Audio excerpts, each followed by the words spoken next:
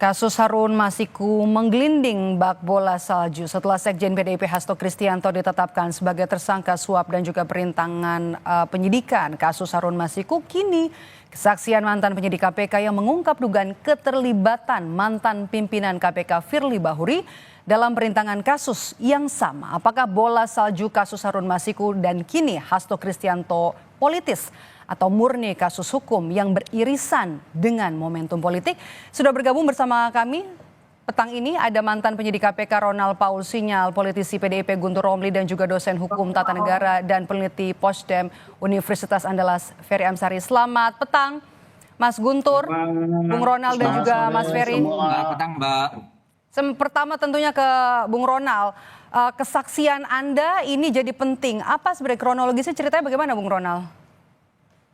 Ya, kali lagi sebelumnya di tahun 2020 awalnya sebelum saya memegang kasus ini tentang penyidikan, memang sebetulnya tragedi di PT ICA itu saya dengar informasi dari para penyelidik sebelumnya bahwa ingin melakukan pengejaran pada Ahmad Masiku dan salah satu kader partai di PT ICA ya, memang itu terhalang. Kemudian pada saat ekspor juga untuk disampaikan sudah ada 3 tersangka, akhirnya ditetapkanlah 3 tersangka tersebut. Namun sebelumnya kita berdebat panjang di ekspos ini mengajukan lebih dari 3 tersangka. Tapi finalisasinya akhirnya ditetapkan 4 tersangka ditambah Harun Masiku sendiri. Yang ketiga kan sekarang sudah selesai ya Mbak ya. Pada saat itulah akhirnya saya menangani penyidikan, ditetapkan 4 tersangka yaitu Harun Masiku, Wahyu Setiawan, Agus Jadifia, dan terakhir adalah si Saiful Bahri itu sendiri. Siapa yang memerintahkan kali itu untuk perintangan? Kemudian pada saat itu penyidik mau kemana saja untuk bisa mendalami kasus ini? Udah seperti biasa Mbak, setiap kali ada perkara apapun kita selalu melakukan penggeledahan ya, baik setelah ditetapkan suatu perkara penyidikan atau sprindik terbaru. Jadi semua yang berhubungan dengan perkara pasti kita melakukan penggeledahan. Namun di beberapa tempat yang digeledah itu ada satu tempat yang itu dari awal memang atasan saya selalu menyampaikan jangan dulu tunggu reda dan semacamnya. Jadi pada saat itu jangankan sampai ke bawah, jadi pada saat sebelum nyampe ke pimpinan pun selalu dicegah atau tidak diberikan izin untuk melakukan penggeledahan di yang tadi Mbak sampaikan di DPP. Siapa atasan yang dimaksud? Ada atasannya lagi atau di mana juga lokasi yang dilarang untuk digeledah? Di semua tempat yang kami ajukan untuk awal kita mengajukan sekitar 5 atau 6 tempat, tapi hanya satu tempat yang waktu itu dilarang, yaitu di kantor DPP. Cuman kalau di PDIP, ya kantor DPP PDIP, namun untuk di tempat lain seperti di kantor KPU, di rumah dinasnya Wahyu Setiawan, dan juga di rumahnya Ciku apartemennya, semuanya di ACC hanya satu tempat. Dan itu yang pada situ saya selalu menyampaikan kepada kasatgas saya, namun kata kasatgas arahan dari pimpinan pada saat itu jangan dulu. Ya, itu mungkin kondisi yang sedang memanas pada saat itu. Arahan dari pimpinan ya, dari Firly maksudnya? Ya, yang kami ketahui sih ya, pimpinan kami adalah saat itu ada 5 ya, tapi kan kita tahu lah yang selalu memberikan keputusan terakhir adalah ketua yaitu Pak Firly Bahuri sendiri. Respons Anda, Mas Guntur? Ya, saya mau tadi nanya juga, Mas Ronald, kasatgasnya waktu itu siapa Mas? Ya. Silakan Mas Ronald, kasatgasnya siapa kala itu? Oh ya, pada saat itu pada saat saya menangani kasus Harun Masiku itu saya sudah mengganti sebanyak 3 kali kasatgas. Cuma pada saat yang awal 2020 itu dipegang oleh kasatgas saya Pak Mas Wahyu Indrajaya ya. Cuman saya lihat sih memang aktivitasnya seperti ada tekanan ya. Setiap kali bergerak seperti selalu cover kalau ada apa-apa arahan pimpinan dan semacamnya. Oke, baik, sudah terjawab ya Mas Guntur. Jadi respons Anda bagaimana? Jadi kalau kita menyimak apa yang disampaikan oleh Bang Ronald itu, bahwa dia tidak mendengar langsung ada penghalang-halangan dari komisioner KPK waktu itu yang masih diduga Firly, begitu kan? Bukan Bang Ronald sendiri yang mendengarkan. Kan ini kan kita bicara soal asumsi. Nah kalau kembali kepada peristiwa, waktu itu memang mau ada penggeledahan kepada kantor DPP PD Perjuangan, memang benar kami menolak. Satgas menolak karena penyidik waktu itu yang datang tidak membawa surat penggeledahan dan juga kami nanya apa dasar mau menggeledah? Nggak ada surat, ya. Itu kan pelanggaran kepada KUHAP, pada SOP. Makanya kami tidak pernah mau menerima alasan penggeledahan itu. Dan juga kami juga tidak merasa bahwa ketika tidak terjadi penggeledahan kepada kantor DPP, kami merasa dibantu oleh Firly Bahuri. Kami tidak merasa itu. Kenapa ya? Mereka ditolak karena nggak bawa surat penggeledahan. Itu aja. Kemudian kami juga membaca bahwa kasus ini memang mau dipakai untuk menjerat partai, untuk menyasar partai. Kenapa? Karena kasus suap pribadi Harun Masiku dengan Wahyu Setiawan itu adalah kasus pidana. Tetapi kalau persoalan bahwa Harun Masiku dapat PAW, kemudian caleg PDIP itu benar, tapi itu tidak berhubungan. Kalau orang menyuap orang lain, kan partainya tidak terlibat, ya. Tapi orang itulah yang melakukan tindakan pidana itu yang harus bertanggung jawab. Makanya kami memandang pada waktu itu, ya kami menolak upaya penggeledahan karena memang tidak ada surat penggeledahan. Dan itu ada upaya untuk mengacak-acak partai, ya kan, masuk sembarangan ke kantor partai dengan alasan yang tidak jelas. Makanya kami menolak, bukan karena kami merasa dibantu oleh Pak Firly. Kalau benar ya PDI Perjuangan bisa waktu itu mengintervensi KPK atau menguasai KPK, harusnya kasus Harun Masiku tidak ada sejak awal. Ini kalau kita bicara dengan akal yang sehat, ya kan? Kan ini kan selama ini yang kami dengarkan hanya asumsi, spekulasi, imajinasi liar, ya kan? Dalam satu sisi PDI Perjuangan dituduh bisa mengintervensi KPK.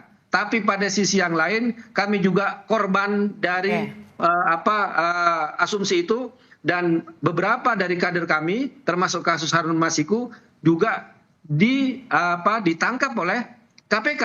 Jadi ini bertentangan secara Oke, Bung Guntur tahan dulu, saya mau ke Bung Ronald lagi.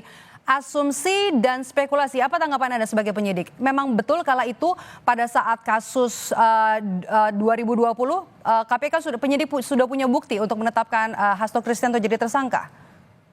Kita kembali lagi, Mbak. Bukan saya klarifikasi yang tadi pernyataan Mas Guntur ya, bahwa terkait sebelumnya ada penggeledahan di DPP PDIP yang tidak memiliki izin ya, Mbak. Itu pada saat itu masih tahap penyelidikan, Mbak. Jadi pada saat tahap penyelidikan, tim penyelidik kami ingin melakukan penggeledahan di sana.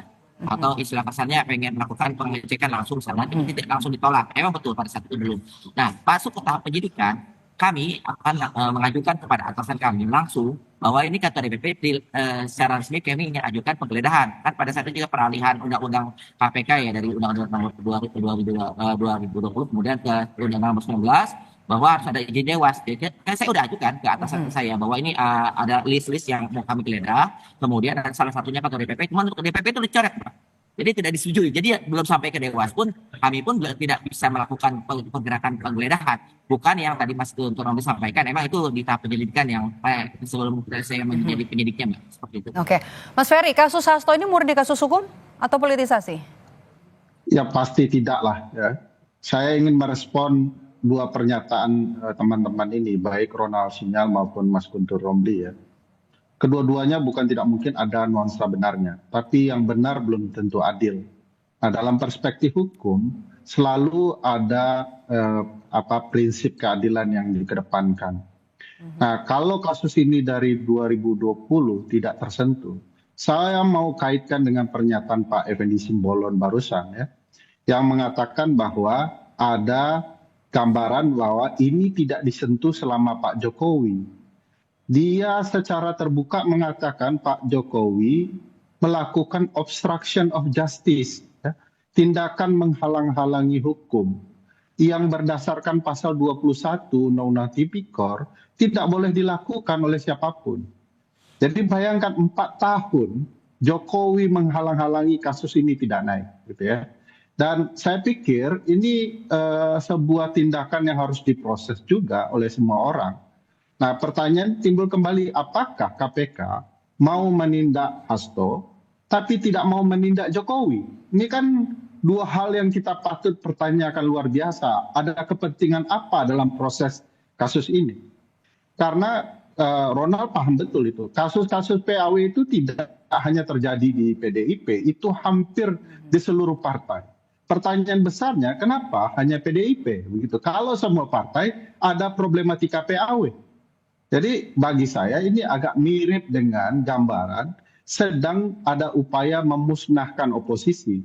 Saya, karena basic saya hukum tata negara, sulit menerima ada upaya membantai oposisi di saat publik sedang butuh oposisi.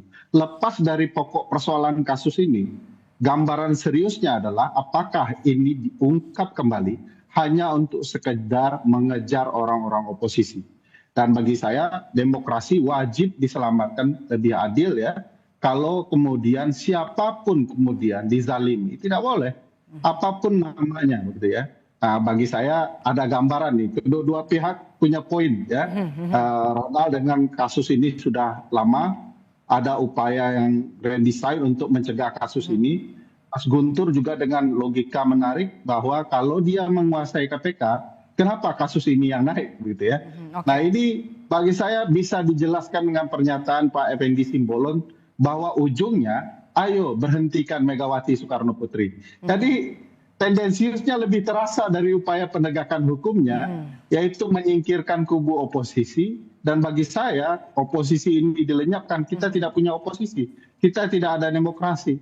KPK bahkan tidak sekedar menjadi alat, bahkan menjadi kekuatan untuk mempermainkan hukum itu sendiri. Oke, baik. Saya kembali ke Bung Ronald. Apakah menurut pandangan Anda, pimpinan KPK termasuk Pak Firly juga patut diperiksa dalam kasus ini? Perintangan penyidikan? Setuju bahasnya, jangankan diperiksa ini harusnya. Tadi itu mengundang Bapak Firly juga buat hadir di sini, buat mengklarifikasi pernyataan tersebut.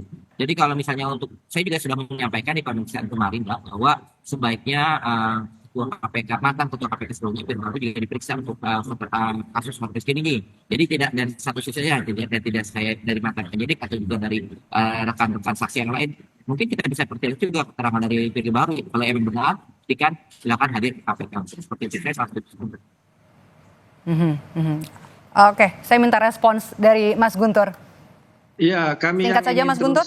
Iya, yang ingin kami luruskan itu Mbak, soal narasi seakan-akan PDIP kan bisa mengintervensi KPK melalui Pak Firly. Ini yang perlu benar-benar kami luruskan ya.